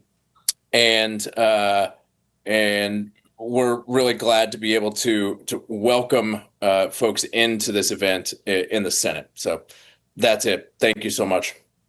Absolutely, and I certainly hope I RSVP'd for it. At the present moment, I'll be attending. Hopefully, that'll be the case if the day job allows. But yeah, you guys are really just doing fantastic work. I'm excited for this event, and I'm sure others that will be coming down the pike. And then also, too, just continuing, Disclosure Foundation continuing to engage lawmakers on Capitol Hill, bringing the lawmakers that have not paid attention to this particular national security issue up to speed. I mean, you guys are really doing great work, and just super excited. And the kind of last thing I'll say, I'm no Trump fan. I've been very, very open about that, but you have to give credit where credit is due. He has done what no other president has done, which is compel the release of these videos. But the one thing I would say to the president at the end of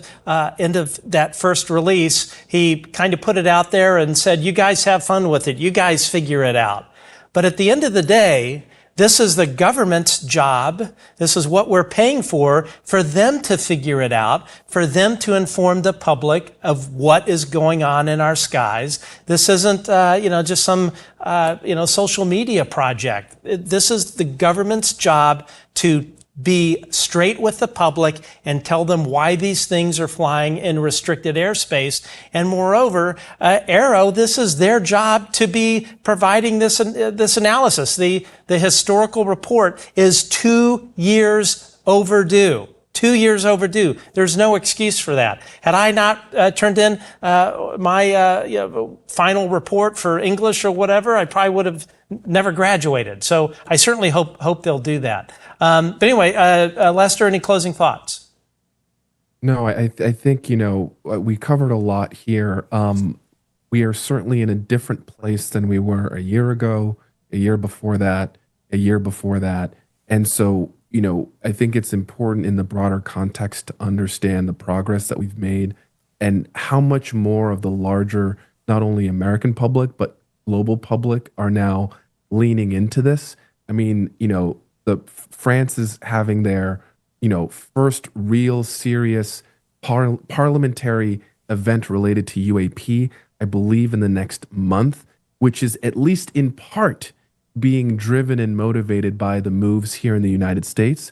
So it continues to be, as goes the United States, so goes the world on this subject. Japan similarly has said they're going to move forward with this. So I think the import here, it is both, we need more of the actual information, particularly the ones that show these observables and point to if there is that anomalous technology here. But this is beginning the process of spreading this even beyond our borders. And that in and of itself is extremely important and powerful. Jordan, last thoughts.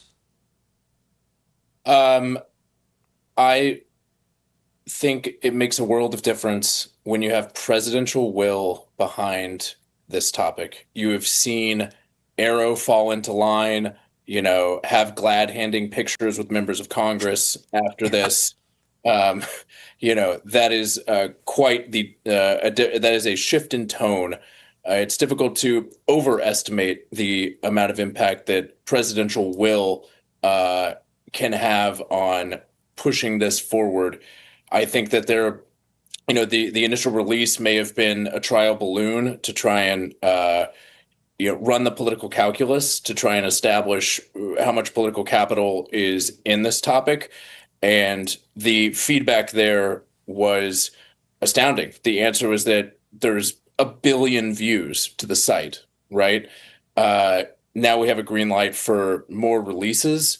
And I think that we've really shown and the public has shown through its interest, the public is begging for the truth.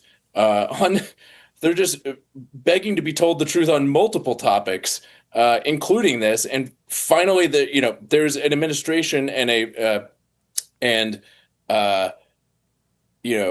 Congress that is listening to the people and realizing that there is significant political capital in transparency and in truth-telling. And I hope that continues, and all signs indicate that it will. Yeah, speaking of truth-telling, my message to Susan Go directly, Goff, or however you say your name, we would absolutely welcome Dr. John Kozlowski on the show to talk about the good things AARO is doing. So, Susan, there's your opportunity. You've got my email. Send them on over. Awesome. Well, guys, thank you so much for joining us. Truly appreciate your time. We threw this thing together at the very last minute, and I can tell by the comments, people are just incredibly impressed with what you guys have brought to the show today, and I really do appreciate it. It's our pleasure, Matt. You're doing wonderful work, so thank you. Thank you. Thank you. Awesome. Okay, great. So again, Jordan Flowers and Lester Nare from Disclosure Foundation. Really appreciate you guys joining us. Okay, great. I'm just going to mute their audio here. And this Sunday we have a very special live edition with the author Steve Aspen, who has been studying scientifically the abduction phenomenon. This is a part of this whole puzzle that I think is slowly beginning to make its way into the light as we've had lawmakers discuss it. Congressman Tim Burchett, I believe Representative Anna Paulina Luna, who I'm a very big fan of, I think she had touched on it, and former Representative Matt Gaetz has brought this particular issue up. So again, this is author Steve Aspen will be on this Sunday at 1 p.m. His book is called Out of Time. You can get his book at https://outoftimebook.info. This was the book you guys may have heard about that Amazon mysteriously removed. This book was highly detailed with lots of scientific findings on these implants and other things that are found in these people that claim to have been abducted by non-human intelligence.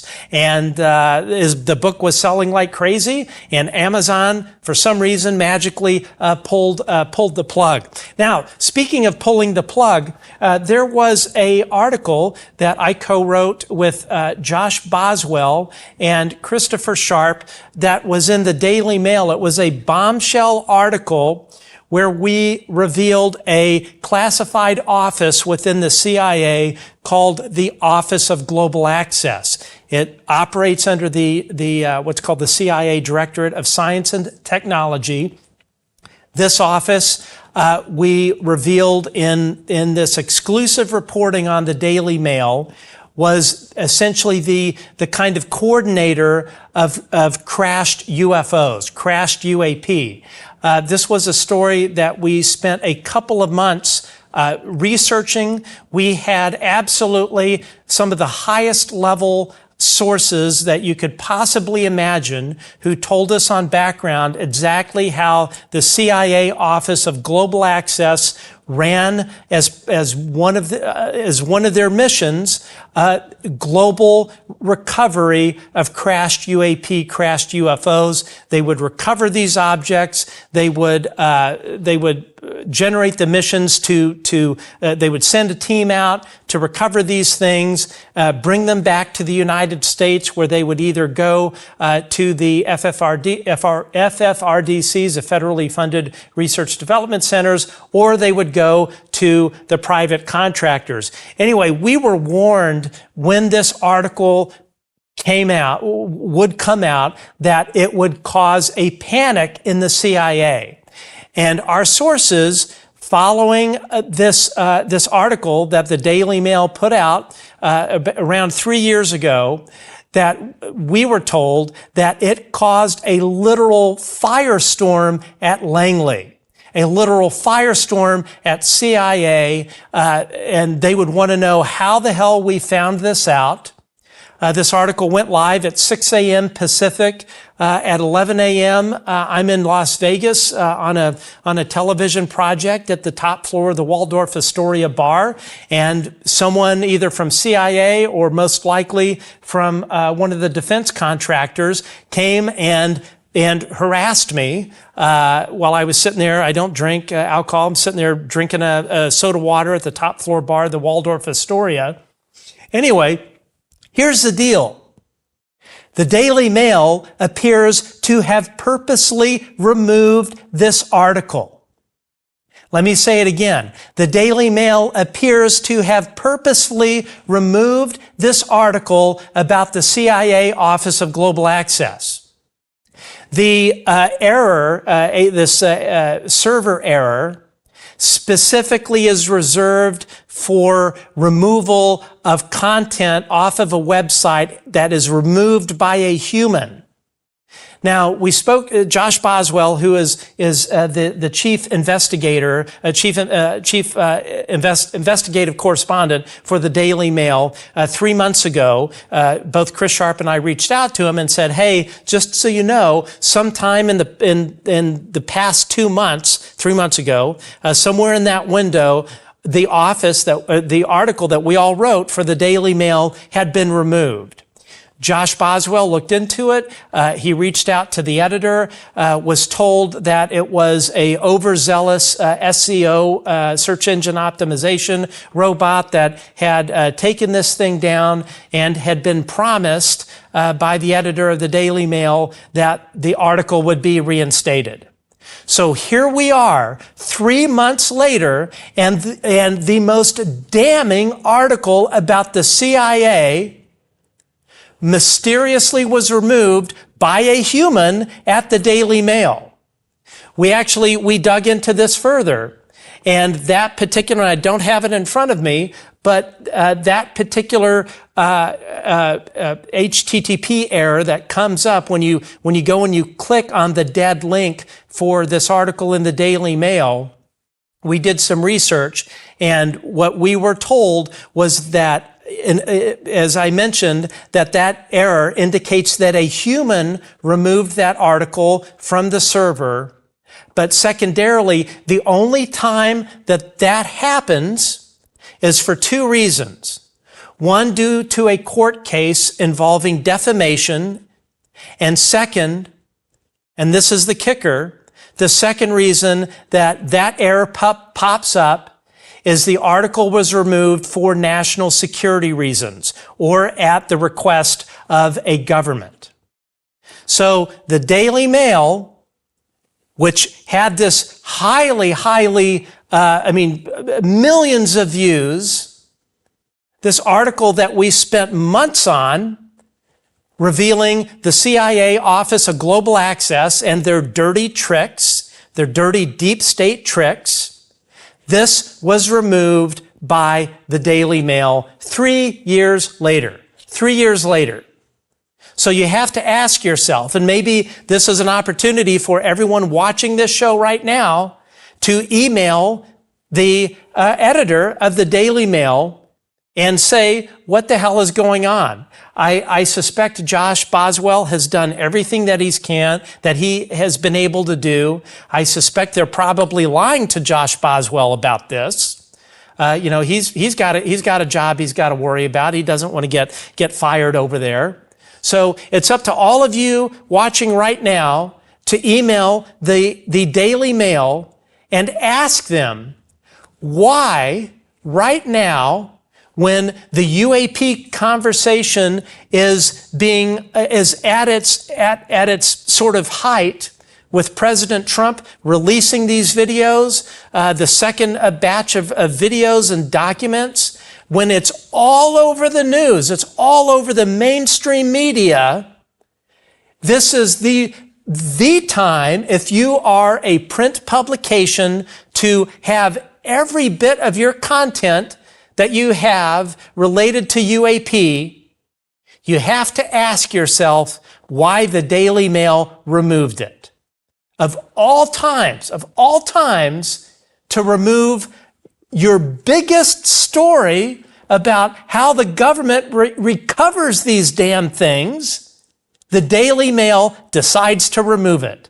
And again, so we let Josh know about this three months ago, and we couldn't quite tell from the Wayback Machine when it was removed. It was removed somewhere in about a 2-month period. So what? 5 months ago, as far back as 5 months ago, the Daily Mail removed from their servers, from their archives, this article where we revealed the classified operations of the CIA Directorate of Science and Technology with their Office of Global Access, this huge program to go and recover crashed UFOs, not only in friendly territory, but in denied territory. So in other words, we have the ability to go into China, Russia, wherever, and pick these things up at a whim. We also revealed in this article that the United States government, the National Geospatial Agency, has sensor systems, constant staring sensor systems, sensor platforms, ISR capability that detects these things, whether they are cloaked or not, detects where they go down and where they crash. And then they message up to the Office of Global Access, hey, you need to spin up this recovery mission. You need to generate this mission to go recover this thing out of China, Russia, North Korea, or whatever, in the continental United States, within our Five Eyes partner. They have this capability. The CIA has this capability to go and recover these vehicles. And members of Congress and your staffers, you need to ask about what the Office of Global Access is up to. What dirty little things, what naughty little things the CIA, it's probably CIA messaging right now, the CIA is up to, and what they're hiding from all of you in Congress, and what they're hiding from President Trump. You need to ask those questions. And I hope lawmakers will also reach out to the Daily Mail editor and ask them who told them to remove the CIA article. Because I almost guarantee it was the CIA. You have to wonder what kind of democracy we live in when the Central Intelligence Agency, in all likelihood, made a call to the Daily Mail magically months before Trump starts to release this stuff. Magically, this article disappears, that talks about the one thing the CIA does not want to talk about, and that's the fact that they have, since its inception, been recovering vehicles of non-human origin from our neighbors, either out there or down below or whatever. But this wasn't a search engine optimization AI engine that just magically went in and deleted this article from the Daily Mail. A human did it. A human did it. So again, ask yourself, why would the Daily Mail remove one of their highest rated articles on this topic? Why would they do that when this is all over the news right now? And I can virtually guarantee you it was the CIA told the Daily Mail to take it down because they probably knew that Trump was going to start releasing this stuff. And all they want people to focus on are videos. They don't want the American public asking, hey, what is the CIA doing to recover these crashed UAP and reverse engineering them? The CIA doesn't want that. And I guarantee you the harassment that I received as an American journalist who does not hold a security clearance, the harassment I received at the Waldorf Astoria 6 hours after this article went live in the Daily Mail, it told me two things. One, the CIA or the NSA had been monitoring our signal conversations. We were very locked down. And two, it told me that the CIA had been monitoring my movements, because how the hell did they know that hours later I would be flying to Vegas? How in the hell did they know hours after this article came out that I would be staying at the Waldorf Astoria on the Strip? How did the CIA know that I was up at the 28th floor top floor bar of the Waldorf Astoria? So what it tells you is the CIA was illegally monitoring the movements of an American journalist. It tells you that the CIA was monitoring the communications of an American journalist. And Representative Anna Polina, Tim Burchett, Eric Burleson, I implore you to look into that. Because I guarantee you, if the CIA or NSA is monitoring my communications, I guarantee you, Congresswoman Luna Burchett and Congressman Burleson, they're monitoring your stuff too. I guarantee you, the CIA is monitoring the communications of members of Congress. And that, I can't even tell you how much that makes my blood boil. So Congresswoman Luna, Congressman Burchett, Congressman Burleson, and the other folks on the UAP task force, you can take this to the bank. The CIA is monitoring your communications. They are looking at your emails. They are listening to your calls. And General Mike Flynn, who I politically disagree with on most things, said it best today on X. The CIA needs to be splintered into 1,000 pieces. In its current form, the CIA needs to be dismantled. Period.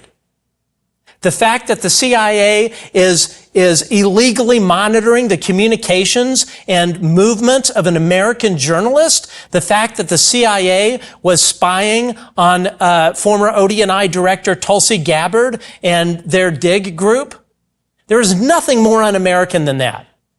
And when President John F. Kennedy said just days before he was assassinated by the CIA that the CIA needed to be splintered into 1,000 pieces, President Kennedy was right. He was right. General Mike Flynn is right. And folks in Congress, it is damn time to hold the CIA accountable. Senators, United States senators, who I guarantee you, the CIA is monitoring your emails, your telephone calls. You know what time it is? It's time for a church-style committee. Senator Frank Church held in the early 1970s a series of Senate hearings where they revealed to the American public all of the highly, highly illegal stuff that the Central Intelligence Agency had been up to in the 1950s. And one little tidbit that did not make it out into the hearing was the fact that the CIA had been paying off American journalists, American newsroom editors, American network heads. The CIA had been paying them cash to spread disinformation. That was supposed to be out in the Senate hearing. And you know who quashed that? CIA Director George Herbert Walker Bush.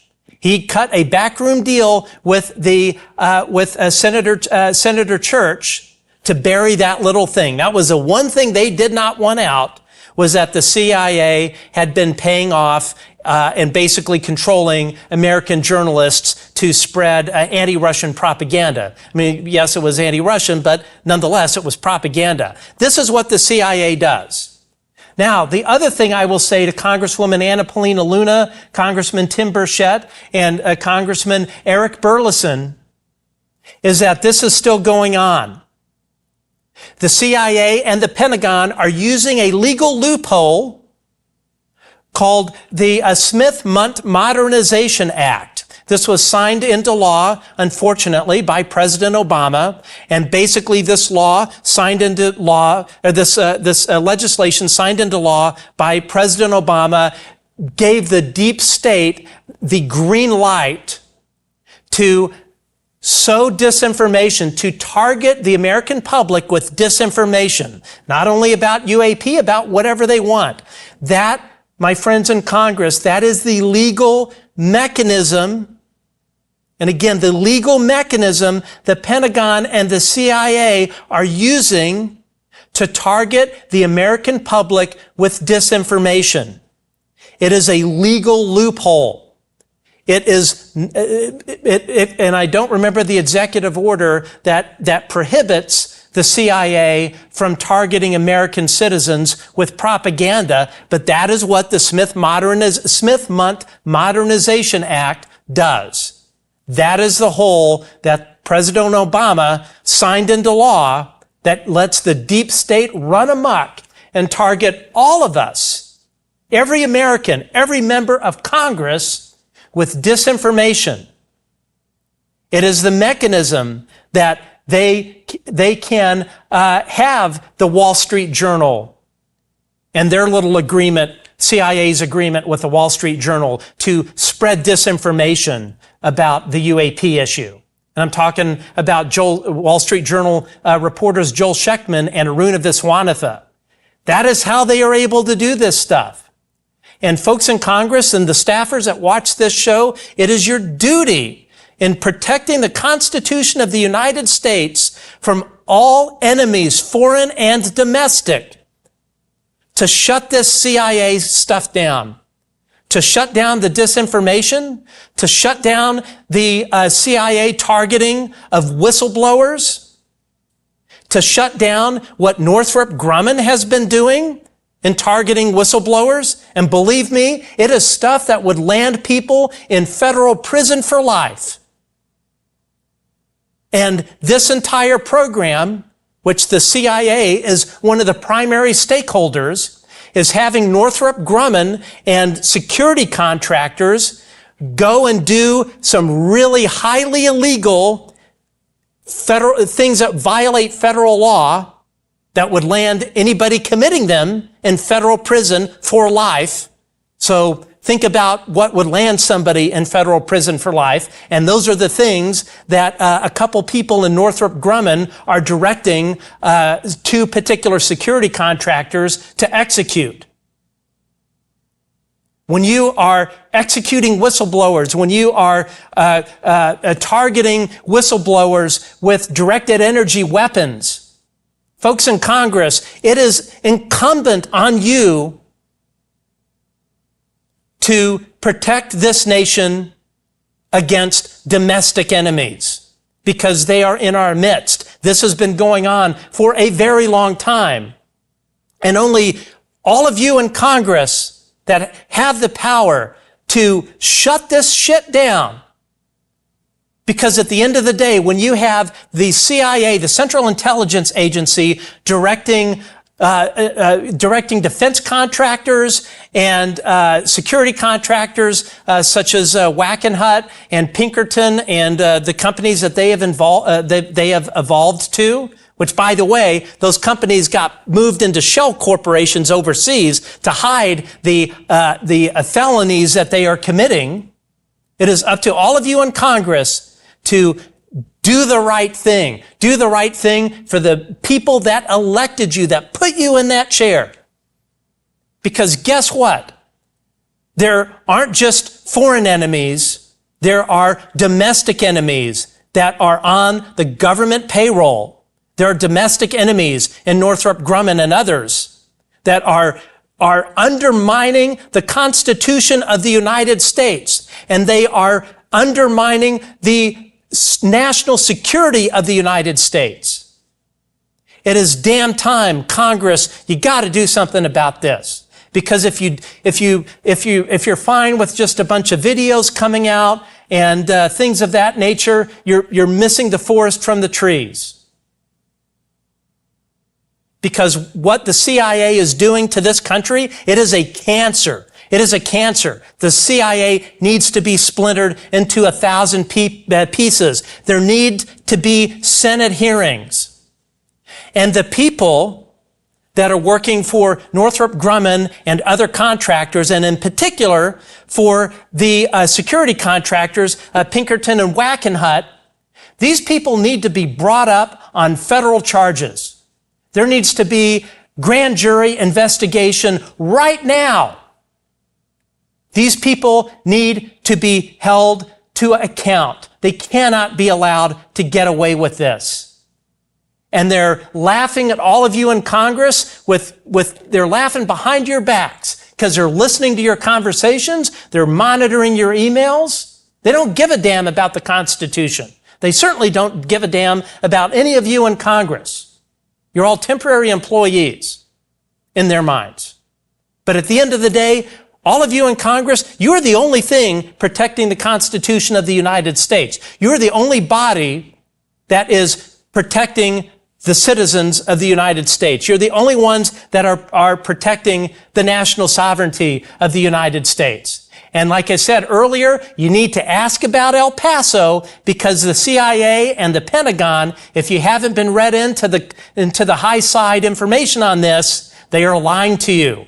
Because what happened in El Paso is unbelievably frightening. It is not the cartels. It is not some drone. What happened in El Paso, what truly happened, what they are not telling Congress, is terrifying. It is terrifying. And it is damn time that the Pentagon and the executive branch and the Trump administration come clean with the American public.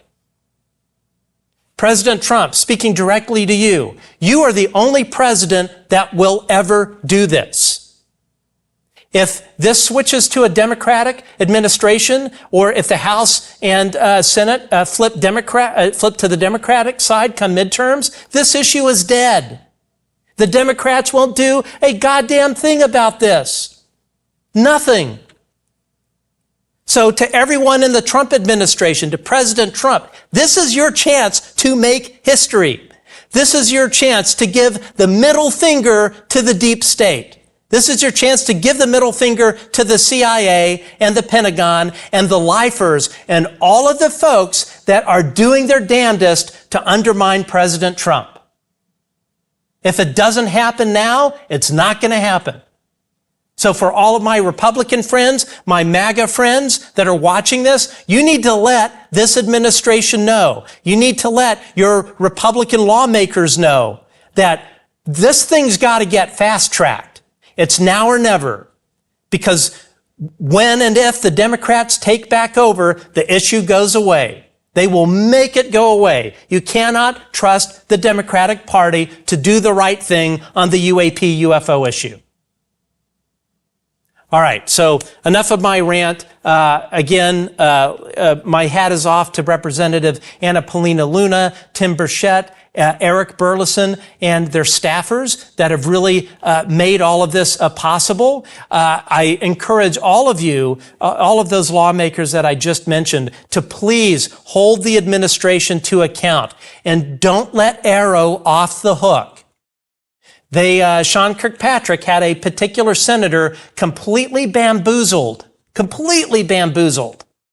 Don't let John Kozlowski or AARO do the same thing to all of you. Hold them to account. Ask them where this 2-year-old, this historical report that's 2 years overdue. Ask them where that's at. Ask them what Arlo Solutions, the contractor that is running AARO, you should also ask them what they're up to, and ask them why they sent me a message on LinkedIn to apply for a job at AARO, where the desired qualifications was for me to have a background in information operations, information activities, and deception activities. So, members of Congress, you need to ask Dr. John Kozlowski why they tried to hire me and wanted me to have a background in propaganda. Because I tell you what, at the end of the day, I don't care if AARO or the federal government came and offered me $500,000 to go work for them and to toe their party line. I can't be bought off at all. And I said it one time, and I'll say it again. If something ever happens to me, it wasn't suicide, it wasn't depression, it wasn't drugs, it wasn't a petty crime, it wasn't a car crash. Because unfortunately, it's journalists and whistleblowers who get targeted by the CIA, and it's un-American. It's frankly, it's perverse. It's disgusting. The way the CIA is operating themselves is perverse. It's disgusting. It is the deep state. The CIA is the deep seat of the deep state. And it's time we hold them to account and disintegrate them, put them back into some form that where there is actually some true accountability. But anyway, thank you to President Trump for what you're doing on this. Please keep pushing the ball. Talk about the crash retrieval program. Talk about what the CIA Office of Global Access is doing. Talk about what the illegality that the defense contractors such as Northrop Grumman are up to. Talk about the targeting, the physical harassment and physical attacks against whistleblowers by these defense contractor, these security contractors that are working for the defense contractors to insulate the CIA from the bloody things that they are working on. It is time to do this. It's time to put America first. It is time to say fuck you to the deep state, fuck you to the CIA, and stand up for Americans and stand up for the men and women that wear the uniform and put their lives on the line for this country, and especially for the whistleblowers who have given it all to right this wrong. Whistleblowers who are on the verge of bankruptcy and have lost their security clearances, all because of the CIA, the deep state, the Pentagon. This shit's got to come to an end, and it's got to come to an end right now.